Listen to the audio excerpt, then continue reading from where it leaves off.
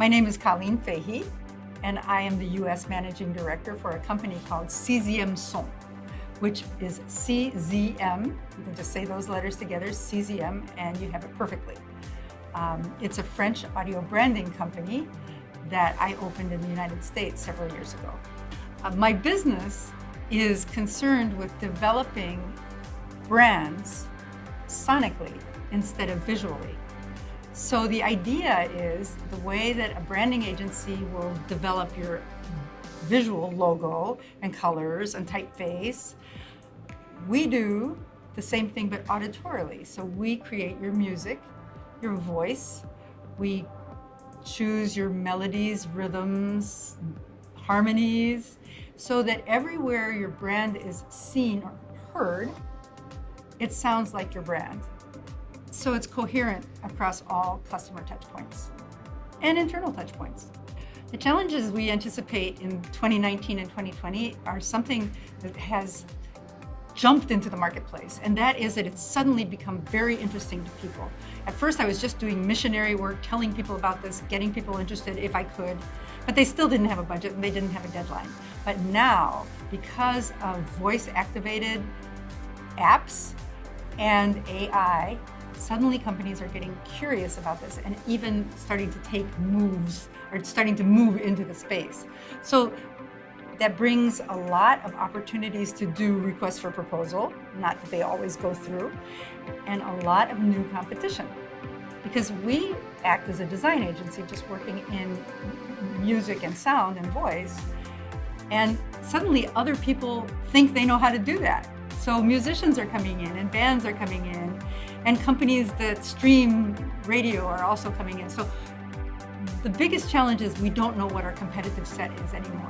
It's completely, people are just pouring into the marketplace. What makes us stand out from the competition is one, our process, our methodology, which is time tested, and a lot of companies have done it. We have great case histories. But then there's also other things, like for instance, I've written a book and the founder has written a book. And writing a book gives you a certain amount of stature. It's not easy, I don't recommend it to you, but it does put you on people's podiums and gets you invited to many conferences to speak in panels. So you get more visibility that way. And so we do a lot of writing, and we try to be out in the world getting our cases out. We try to get our clients to talk about our cases too, of course. But I think the real deep difference is we have a strong methodology, and we've gotten experience from so many different sectors that we are very credible when we talk to clients or prospects. The example I try to set for others is to be, not to stay close and locked into your day-to-day business, but to really be out in the world, to know what is trending, to learn insights about the business, to speak, to write, to talk to many people, to not have lunch by yourself, but to interact, because you always get more ideas, or maybe you get opportunities too, or maybe you just get friends, which is great. So that's one of the things. And the other is to let people lead themselves, let them lead themselves as much as they can, but support from underneath. I feel like leadership often needs to be from underneath, to let somebody spread their wings, but with some confidence. So give as much autonomy as you can, but always be there to back it up.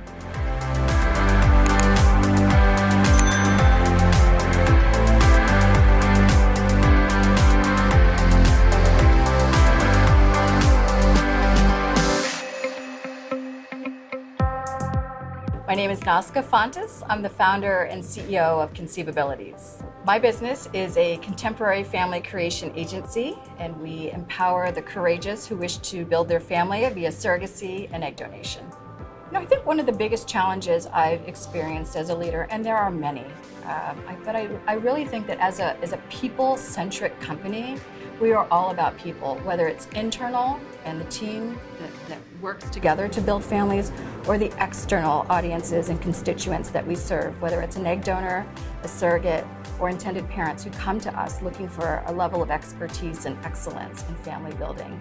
And really being able to navigate all the challenges of working directly with people and the relationships that evolve from that are a daily struggle, and not a negative struggle, but always how to commit to one another, how to communicate better, how to have authentic relationships that are meaningful and allow everyone to do the best work possible. You know, in addressing the struggles that I face as a leader, and I presume most leaders face, and dealing with relationships and the complexities of human interaction, I did a lot of work within my company many years ago to create a set of values. And you know, there were core values to really live by. And one of the struggles, I think, of any organization that seeks to determine their why and their purpose, and to identify what those core values are that make a successful company and a successful team. The struggle is learning to lead by example every day, and learning to move the companies and the team forward along with those values. It's not easy, and anybody that says it easy, I will challenge them in that. So core values are important. You really have to dig deeply to determine what the organization's core values are, and inevitably it comes down directly from the leader. And so I really had to think about what was so important and vital, and what was just my essence of a person and as a leader, and make sure that I communicated that effectively to the team, led by example, and always acknowledge the times when I fell down living core values. And I do that all the time, but it's always getting right back up, acknowledging where the failure or the trip up was, and learning to do it better next time around. And it's a constant evolution, but as long as you acknowledge some of the small failures every day, that's growth. And I think that if my team sees that in me, and if I'm vulnerable and communicative enough, and I'm willing to show up and acknowledge shortcomings as well as successes, they only learn and they only grow along with me. One of the best pieces of business advice I got a long, long time ago.